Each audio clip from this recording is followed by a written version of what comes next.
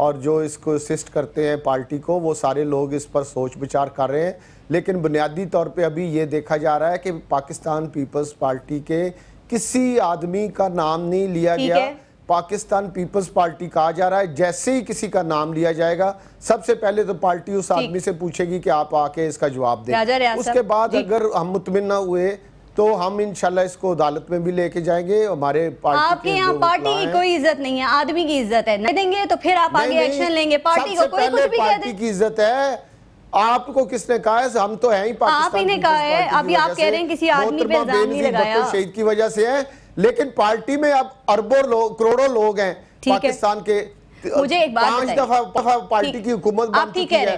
اب اگر کسی ایک ایسے آدمی کو جس کو پارٹی کے ساتھ جس کا معمولی سا تعلق ہو وہ پارٹی کو ووٹ دیتا ہو تو اس کا نام دے دیں۔ راجہ ریاض صاحب آگے چلتے ہیں، تھوڑا سا آگے، ٹائم کم ہے، تھوڑا سا پلیز۔ اصغر خان کیس کے حوالے سے ہم بات کریں، صدر غلام اسحاق خان کو پیپلز پارٹی کی حکومت پسند نہیں تھی، وہ نہیں چاہتے تھے کہ یہ حکومت رہے۔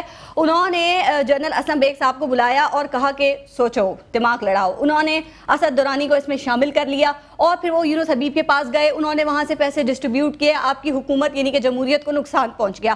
اب غلام اسحاق خان تو اللہ تعالیٰ کو پیارے ہو گئے، اس کے بعد جنرل اسد درانی کو آپ ہی کی حکومت نے جرمنی میں سفیر لگا دیا، کیوں؟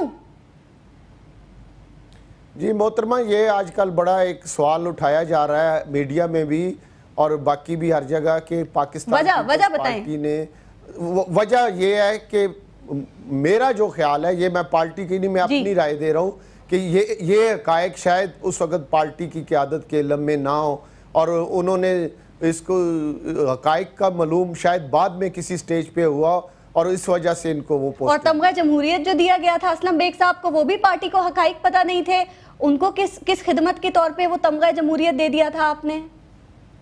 دیکھیں بات یہ ہے محترمہ کہ ہم پارٹیاں جو ہوتی ہیں یہ کوئی ایجنسیاں نہیں ہوتی خفیہ، ان میں بہت سے لوگ ہوتے ہیں اور بہت سی چیزیں قبل از وقت بھی پتہ لگ جاتی ہیں اور وقت گزرنے کے بعد بھی پتہ لگتی ہیں۔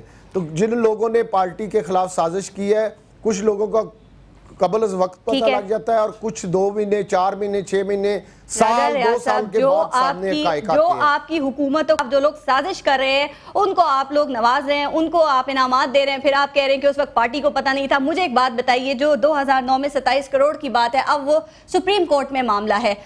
پی ایم ایل این کے حوالے سے میں نے بھی بات کی ہے، جب ان کے یہاں پر آئے ریپریزنٹیٹیوز، انہوں نے کہا کہ عدالت جو بھی فیصلہ کرے گی ہمارے سر آنکھوں پہ ہم اس کو تسلیم کریں گے۔ اگر 2009 میں 27 کروڑ جو لیے گئے ہیں یہ پروو ہو جاتا ہے، عدالت کا فیصلہ آپ کے خلاف آ جاتا ہے، تو آپ مانیں گے عدالت کی جو بھی فیصلہ ہوگا اس کو؟ جی بالکل، میں آپ کو بڑے ہی احترام سے عرض کر رہا ہوں کہ یہ 2009 میں جو گورنر راج کے دوران جتنا گیم تھی میں نے ساری خود اپنی آنکھوں سے دیکھی ہے اور کسی کو 1 روپیہ تک نہیں دیا گیا، نہ کسی کے پاس پیسے تھے نہ کسی نے کسی کو دیے۔ لیکن جو آپ بات کر رہی ہیں کہ یہ بات عدالت میں ہے، عدالت جو فیصلہ کرے گی ہم اس کو قبول کریں۔ کیا اسی طریقے سے مانیں گے جس طرح وہ سوئس بینک کو خط لکھنے کے حوالے سے آپ فیصلہ مان رہے ہیں سپریم کورٹ کا؟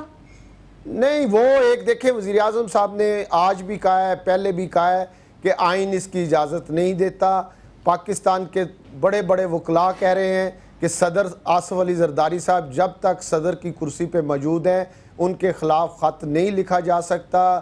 یہ وزیراعظم جو پاکستان کی سب سے بڑی پارلیمنٹ کے، ایک آخری بات مجھے بتا دیں راجہ ریاض صاحب، کیا غلطیوں کو تسلیم کر لینے سے، اپنی غلطیوں کو ٹھیک کرنے سے آپ اس بات پہ یقین رکھتے ہیں؟ کیا یہ ممکن ہے؟ آپ مانتے ہیں کہ کوئی آدمی تباہ نہیں ہوتا، کوئی قوم تباہ نہیں ہوتی، کوئی پارٹی تباہ نہیں ہوتی، بلکہ تباہی اس وقت شروع ہوتی ہے جب ہم اپنی غلطیوں پہ سٹینڈ لیتے ہیں؟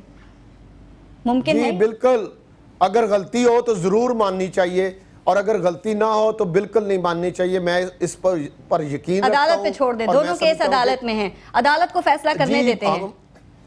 ہم نے یہ کیس جو ابھی پنجاب حکومت کو گرانے یا پیپلز پارٹی کی حکومت کو بنانے کا کیس سپریم کورٹ میں ہے، ہم جو بھی فیصلہ ہوگا ہم اسے قبول کریں گے, ہم اسے ویلکم کرتے ہیں, اور وہ بتائیں کہ کس کو پیسے دیے گئے, کتنے پیسے دیے گئے. وقت آنے پہ ہر چیز پاکستانی قوم کے سامنے آ جائے گی. بہت شکریہ راجہ ریاض صاحب, میرا ٹائم بالکل ختم ہو گیا ہے. بہت شکریہ راجہ ریاض صاحب, اپوزیشن لیڈر پنجاب میں ہمارے ساتھ موجود کر رہے تھے 2 اہم کیسز کے حوالے سے. ہم یہاں پہ لیں گے بریک, لیکن تعلیمی اداروں میں تشدد کا بڑھتا ہوا رجحان یہ کیوں ہے, اس پر بات کریں گے بریک کے بعد. آپ دیکھتے رہیے گا 30 منٹ.